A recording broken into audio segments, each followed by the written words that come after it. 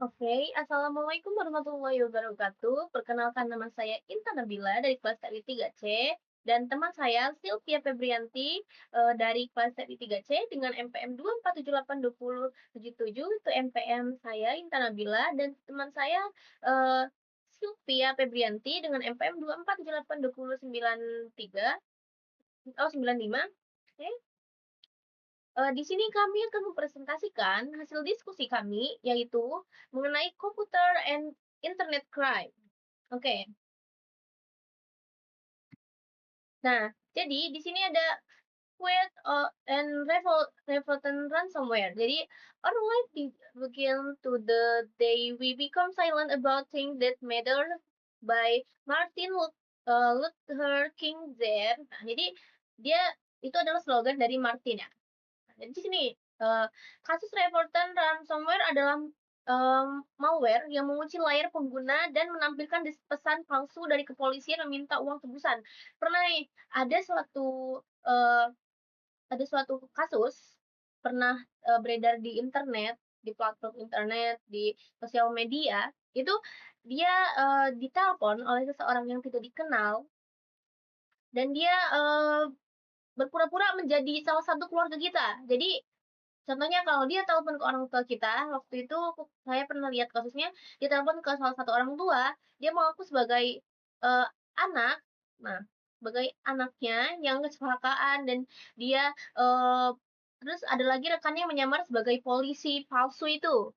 Nah, dia meminta agar orang tua ini tidak memberitahu siapapun dan dia segera ke sana terus minta uang tebusan dan uang tebusannya nggak dikit, banyak katanya. Terus ada yang berpura jadi anaknya dia kayak menangis-menangis gitu. Nah, itu ada salah satu kasusnya. Nah, itu salah satu ransomware juga. Dia menghubungi lewat eh, via WA. Oke, di sini. Mengapa sih insiden cybercrime semakin banyak?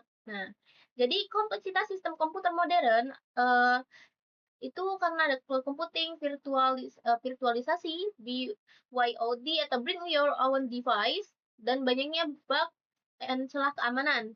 Serangan zero day yang belum memiliki patch. Itu juga jadi ini alasannya. Nah, di sini nih berikut ada jenis eksploitasinya. Type of exploit. Itu virus. Nah, ini salah satu ransomware. Ada virus, worm, trojan horse, spam, DOS, rootkit, sama phishing. Nah, menempel di file dan menggandakan diri. Jadi dia kayak bisa nempel di file kita dan dia bisa menyebar ke beberapa file. Nah, sedangkan yang worm itu menyebar otomatis tanpa bantuan manusia. Jadi dia nggak butuh bantuan manusia atau bantuan orang lain. Jadi dia akan menyebar secara otomatis. Nah, yang Trojan Horse itu menyamar sebagai program baik. Nah, jadi dia kayak apa ya? Pesan dari ini, misalkan dari kementerian atau dari mana gitu, dari pokoknya dari instansi-instansi besar dan dia menyamar sebagai kayak apa ya?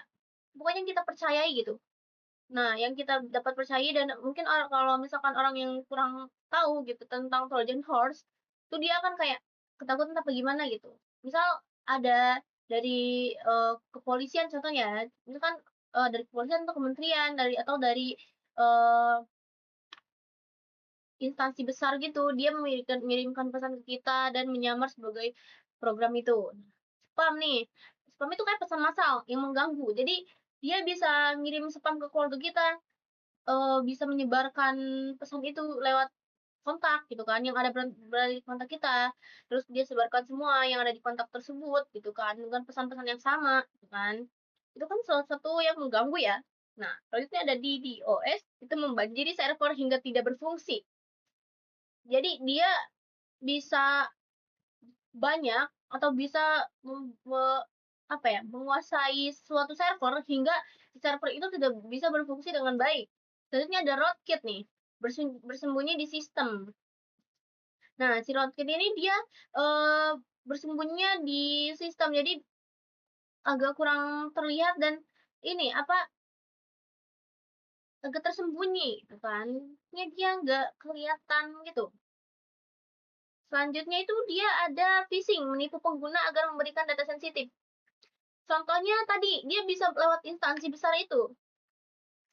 Atau ada nih salah satu aplikasi, semisal aplikasi itu disuruh buat mengatasnamakan instansi besar atau mengatasnamakan suatu negara gitu kan. Dia disuruh mengunggah datanya, kayak misalkan dia memasukkan data data KTP, informasi pribadi lah, KTP, nama, tanggal lahir, atau bahkan bisa mengirimkan nomor telepon. Nomor telepon tuh kan kita bisa bisa diakses apa aja gitu kan, email gitu kan. Jadi dia menipu pengguna agar memberikan data sensitifnya. Jadi kayak, "Ini kami dari, suatu instansi ini, eee, meminta data Anda gini-gini untuk mengisi form atau mengisi apa," gitu. Nah, itu udah bisa lewat situ juga. Nah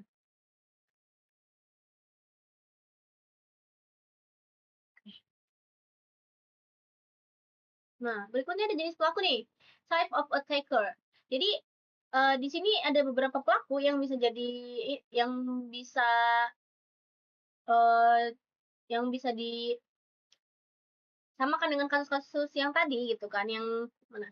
Yang ini nih, jenis eksploitasinya dan ini bisa bisa jadi ini ya, jenis pelakunya. Nah, di sini ada hacker nih. Seorang hacker itu kan ahli komputer yang mengeksploitasi sistem. Jadi, hacker tuh kayak adalah beberapa kasus yang kemarin yang kayak Bjorka itu kan, hacker-hacker ahli komputer yang eksplorasi sistem. Nah, jadi, eee, sebenarnya hacker itu ini, apa, kalau misalkan kita yang seorang se oh, kalau semisal seorang yang ahli komputer itu punya etika, dan dia tahu etika, dia nggak bakal, hacker juga mungkin ada yang ini ya, hacker tuh bayar.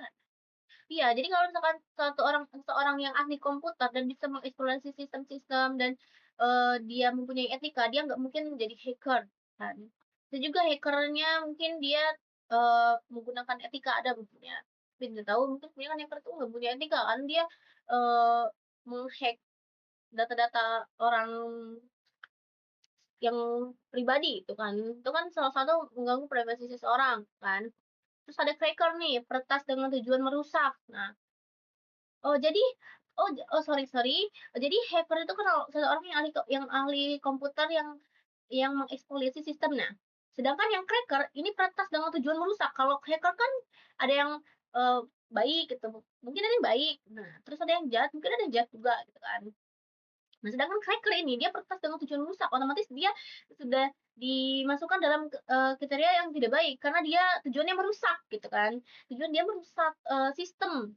Nah, jadi cracker. Oh, jadi hacker itu dia seorang yang ahli komputer yang bisa disebut hacker, sedangkan yang cracker ini dia, eee, seseorang yang, eee, peretas atau tujuannya merusak gitu kan. Oke, sekarang paham. Nah, sedangkan yang insider ini pegawai yang menyalahgunakan akses. Nah, semisal seseorang yang bekerja di, suatu perusahaan, nah dia menyalahgunakan akses, misalnya dia seorang admin nih, terus dia malah menggunakan kan pasti seorang admin ini nggak diberikan email perusahaan ya. Nah, terus dia menggunakan email perusahaan ini untuk, eee, apa ya, berkomentar buruk gitu kan di satu platform atau dia menyebarkan berita hoax. Nah, itu salah satu, pegawai yang menyalahgunakan akses. Nah, sedangkan industrial spies, itu adalah mata-mata industri. Jadi bisa aja dia apa ya, apa itu disebutnya tuh, ini, yang dibayar gitu, apa ya namanya, bentar, buzzer. Nah, buzzer salah satu buzzer juga bisa kayak gini nih, buzzer bisa jadi mata-mata industri. Terus criminal, pelaku kejahatan digital. Nah, ini pelaku kejahatan, digital ini udah salah satu merusak etika banget gitu kan. Dia merusak atau dia melakukan kejahatan di digital itu adalah satu merusak etika kan, etika seseorang yang, misalnya yang ahli dalam teknologi informasi gitu kan. Terus hacktivities nih, hacktivize atau protes dengan tujuan politik. Nah, ini buzzer juga ini, buzzer juga termasuk sini gitu kan. Nah, jadi tapi bedanya dia buzzer tuh bisa dapat bayaran untuk harusnya buzzer tuh menggunakan, eee, jenis sebagai yang baik-baik gitu kan, tapi kan buzzer itu ada yang disuruh, mengirimkan pesan yang sama gitu kan ke setiap komentar di media sosial gitu kan dengan apa ya, artian sama gitu, tapi memang pesannya berbeda-beda, cuman dia artian sama gitu, membela kubu ini, membela kubu itu. Jadi bisa jadi buzzer gitu, dia itu termasuk hacktivize. Nah, cyber teroris, nah, serangan untuk menciptakan ketakutan. Jadi kayak bisa dia untuk mengancam nih, mengancam kayak semisal dia mengancam salah satu negara gitu kan, dengan menciptakan ketakutan. Jadi kayak dia mengancam seseorang bisa lewat mana aja gitu kan, terutama kalau cyber ini dia lewat digital gitu kan, kayak media sosial, atau dia mengirimkan ke atau dia menghack semua, eee, atau dia memberikan ransomware lah ke semua dia, terus dia menghack semua akun media sosialnya, terus dia akan mengirimkan pesan untuk menakut-nakuti gitu kan, itu salah satunya. Nah, regulasi dan hukum, law and regulation.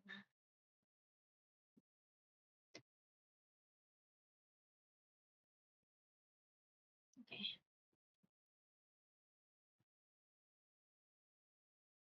Nah, regulasi dan hukum, law and regulation. Nah, jadi di sini ada federal laws as computer foreign and about CFAA. Terus Indonesia ada, nah jadi kalau misalkan hukum di Amerika Serikat itu ada computer and foreign and about CCFA. Nah, terus kalau di Indonesia itu ada Undang-Undang ITE nomor 11 2008, UU PDP nomor 27 2002.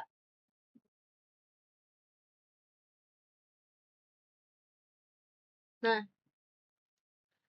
terus salah satu lembaganya ada BSSN dan OJK, Bank Indonesia. Nah, tujuannya ini untuk melindungi data pribadi dan mencegah kejahatan digital. Coba kita cari. UU ITE ini nomor 11 ini isinya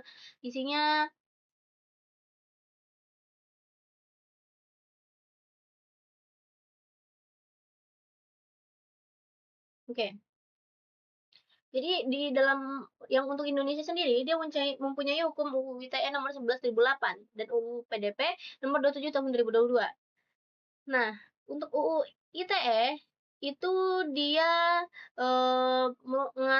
mengatur perubahan terbaru UU ITE-nya tahun 2024 nih, mengatur tentang informasi dan transaksi elektronik secara umum, sedangkan UU PDP nomor 27 tahun 2022 itu secara spesifik memberikan perlindungan hukum yang komprehensif terhadap data pribadi warga negara dari pengumpulan, pemrosesan, penyimpanan, dan penggunaan data pribadi secara tidak sah oleh pihak ketiga, yaitu eh, ya, pihak ketiga tersebut. Nah, terus fokus utama pada Undang-Undang ITE ini mengatur aspek akses umum terkait informasi, transaksi, dan teknologi elektronik di Indonesia, termasuk namun tidak terbatas pada penggunaan teknologi informasi yang untuk tujuan yang sah, terus pelindungan data pribadi sebagai bagian dari regulasi terkait transaksi elektronik, meskipun belum masuk komprehensif UU PDP-nya. Nah, pengaturan kejahatan cyber seperti penyerangan terhadap kehormatan atau nama baik melalui informasi elektronik, nah termasuk ya.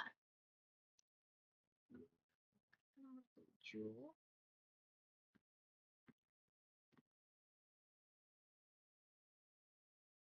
Nah, jadi ini ada selanjutnya itu Truth Computing and Risk Assessment. Konsep trustworthy computing itu adalah menekan keamanan seseorang, kan, terus privacy seseorang, kendala dan integrasi data. Sedangkan yang risk assessment membantu organisasi menilai potensi nih, resiko dan langkah imitigasi.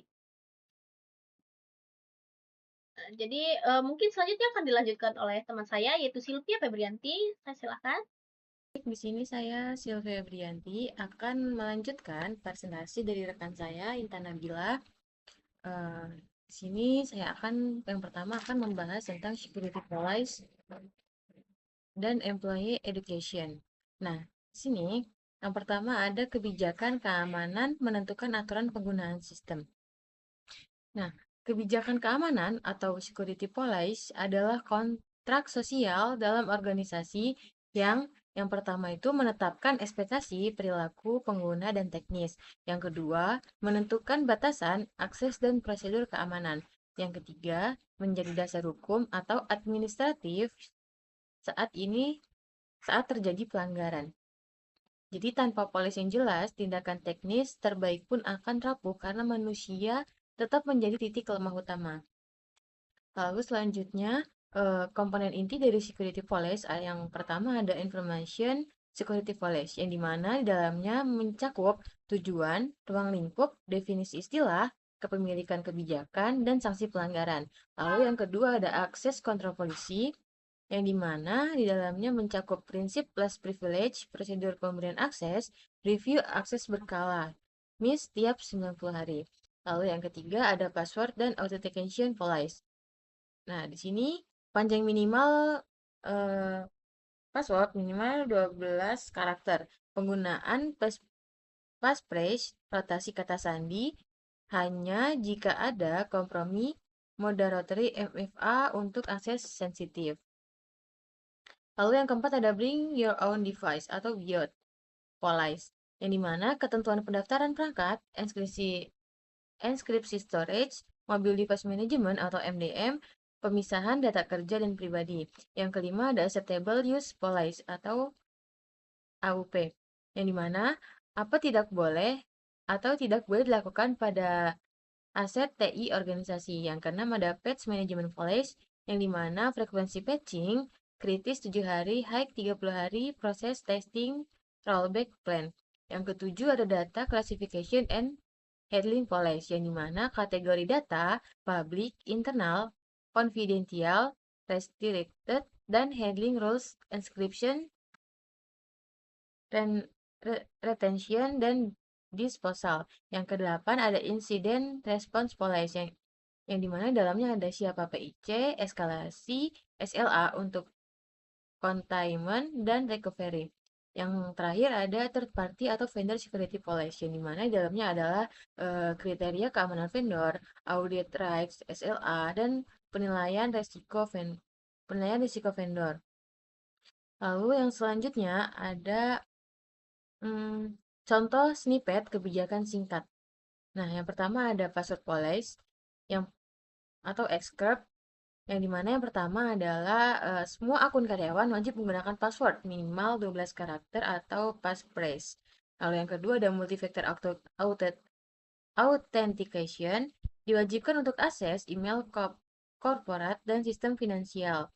Yang ketiga, ada penggantian password hanya diwajibkan bila ada indikasi kompromi. Gunakan ini sebagai starting point lalu sesuaikan dengan kultur organisasi.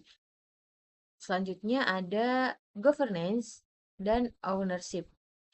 Nah, dalam governance ownership itu ada dua yang dibahas. Yang pertama adalah tetapkan data atau aset owner dan security owner untuk tiap sistem. Yang kedua, bentuk security commit berkala quarterly untuk review policy, laporan insiden, dan research allocation.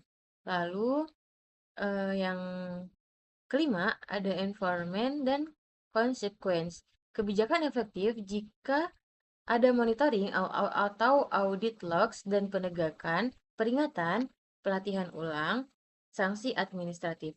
Koneksi KHR sama dengan pelanggaran serius atau tindakan disipliner sesuai peraturan perusahaan. Yang keenam, ada employee education atau program terstruktur. Pelatihan bukan hanya satu kali presentasi, buat program berulang, terukur, dan terkontekstual.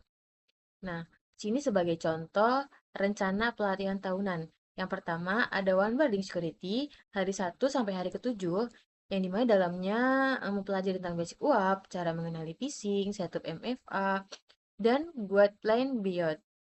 Lalu yang kedua ada quarterly micro learning, yaitu dengan waktu 15 sampai 30 menit, yang dimana di dalamnya mempelajari tentang modul pendek, yaitu phishing, social engineering, password hygiene, aman gunakan WiFi publik. Lalu yang ketiga ada simulasi phishing atau BIM-only, yang dimana di dalamnya itu mempelajari tentang kirim email phishing simulasi, ukur click rate, dan delivery to remedial training bila terklik. Lalu yang keempat ada role based training, bianual, IT staff, patching, log analysis, finance, mencegah invoice fraud, HR, data privacy handling. Yang kelima, ada tab laptop exercise atau annual, yang dimana dalamnya melakukan simulasi insiden bersama manajemen, latihan eskalasi, dan komunikasi. Lalu yang keenam, ada awareness campaigns, yang dimana dalamnya mempelajari tentang poster, tips of the week, phishing one page, KPI untuk mengakur keberhasilan edukasi. Nah, di sini dalamnya ada click rate simulasi phishing, target kurang dari 5% setelah 6 bulan. Yang kedua, berapa persen karyawan yang sudah menyelesaikan modul wajib yang ditargetkan 100%. Lalu, jumlah insiden akibat human error tren menurun per kuartal. Lalu yang ketujuh ada konten dan metode efektif. Nah, di sini metode efektifnya adalah menggunakan contoh nyata atau case study dan demo live secara inspeksi atau link email. Lalu yang kedua ada interaktif, yaitu kuis singkat, reward untuk tim dengan skor terbaik. Lalu yang terakhir ada tone friendly, edukasi dengan storytelling agar pesan cepat menempel. Lalu yang selanjutnya ada prevention, yaitu pencegahan, yang dimana yang pertama ada update software dan keamanan sistem keamanan, yang kedua firewall dan antivirus aktif, yang ketiga gunakan enkripsi untuk data penting, yang keempat multi-factor authentication, dan yang terakhir ada edukasi pengguna tentang ancaman digital. Nah, eh, di sini yang akan saya bahas yang pertama adalah patch management operasional, yang dimana dalamnya ada inventaris aset otomatis atau CMDB, lalu ada test patch pada staging environment, lalu sebelum production, lalu ada prioritas patch, CVSS, lebih dari 7 kritikal ditangani dalam 7 hari, lalu ada dokumentasi rollback dan window maintenance. Yang kedua ada firewall dan network segmentation. Nah, segmentasi dipisahkan dengan user server produksi database atau OT atau ICS bila ada. Gunakan prinsip deny by default untuk firewall rules. Lalu terapkan internal firewall dan ACL untuk subnet. Lalu eh, yang ketiga ada antivirus atau EDR, Endpoint Detection and Response. Gunakan EDR bukan sekedar signature, heavy EDR bisa behavioral detection, isolasi endpoint, remote forensis. Pastikan aturan update definisi dan integrasi ke SIEM. Lalu yang keempat ada enkripsi, yaitu data address, encrypted disk atau DB AS256. Lalu yang kedua ada data in transit TLS 1.2 untuk semua layanan publik dan atau internal. Lalu ada yang terakhir kunci enkripsi, manajemen KMS yang terpisah dari data.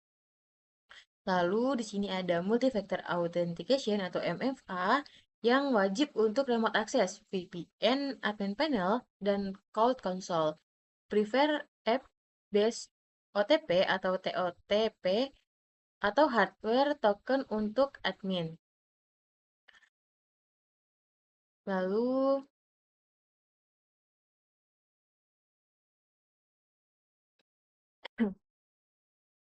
selanjutnya ada detection, response, dan incident handling, yang dimana detection adalah untuk memonitor aktivitas mencurigakan, respon itu untuk segera menindak setelah serangan, incident handling adalah dokumentasi dan analisis agar tidak terulang. Nah, dari detection, apa sih yang harus dipasang?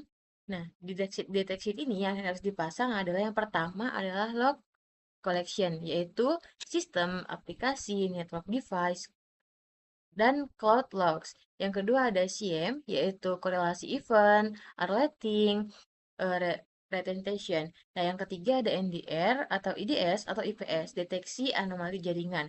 Yang keempat ada EDR, mendeteksi aktivitas berbahaya di endpoint. Nah, yang terakhir ada Threat Intelligence Feeds untuk IOC, Interceptor of Compromise.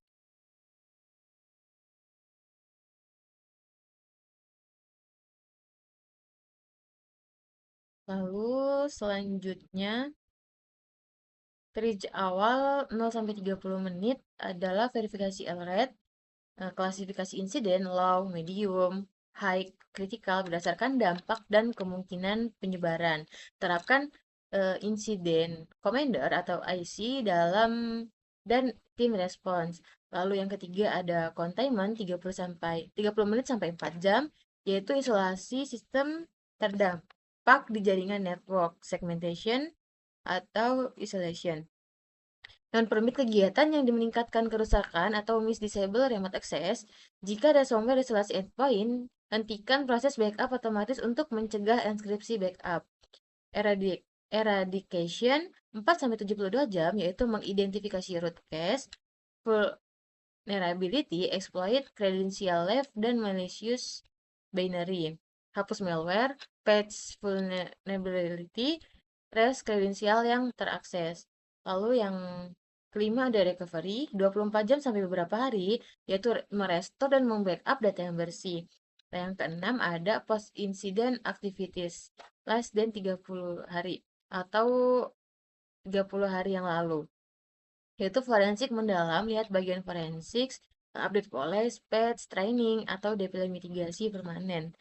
Nah, yang terakhir ada komunikasi dan legal. Siapkan template komunikasi internal dan eksternal, press release, notifikasi pengguna.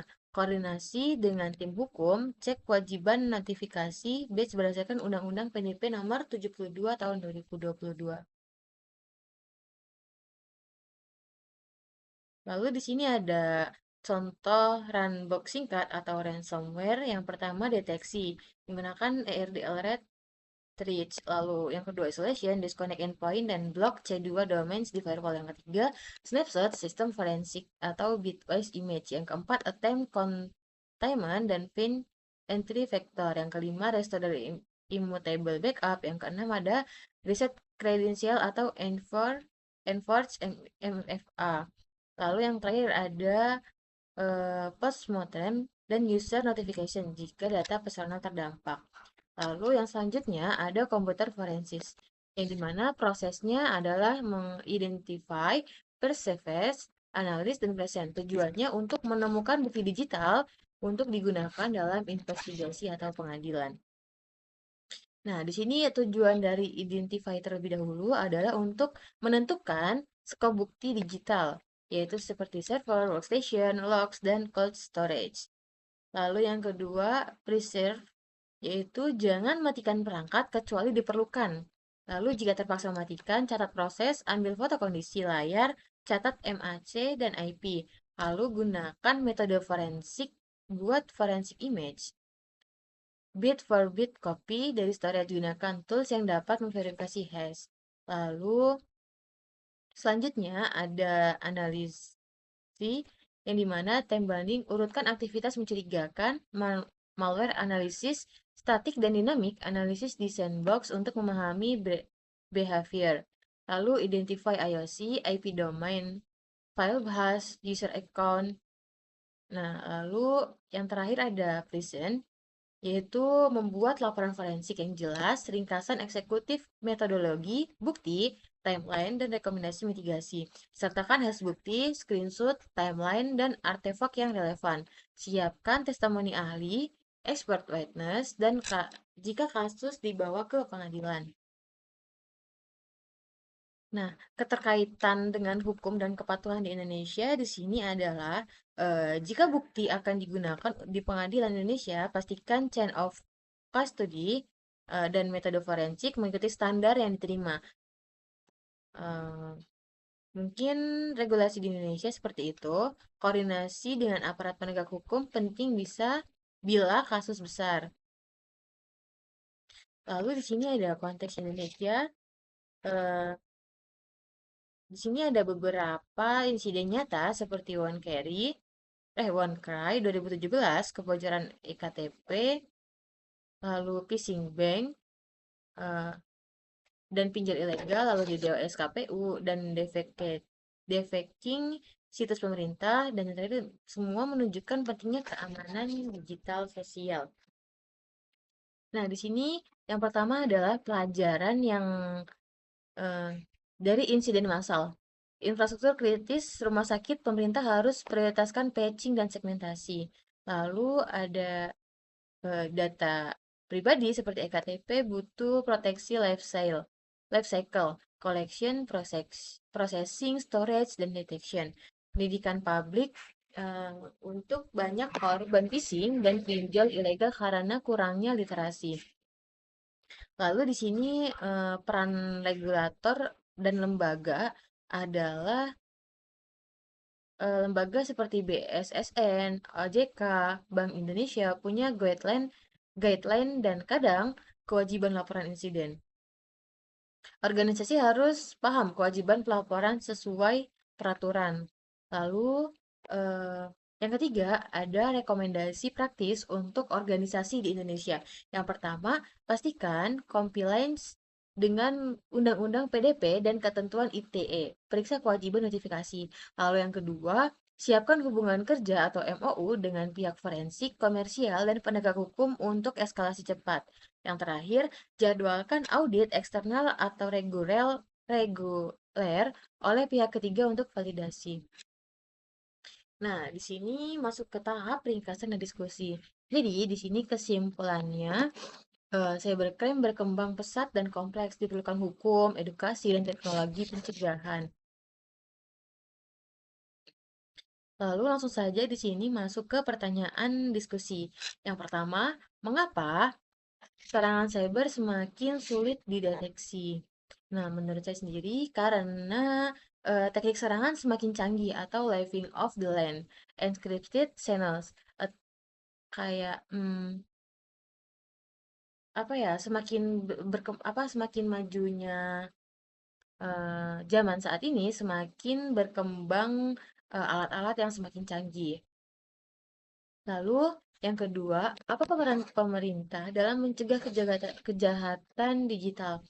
Nah, di sini peran pemerintah adalah yang pertama regulasi dan penegakan hukum, lalu infrastruktur CRT nasional, sharing trade intel, dan yang terakhir adalah kampanye literasi ke publik. Yang ketiga, bagaimana individu dapat melindungi diri dari dunia maya.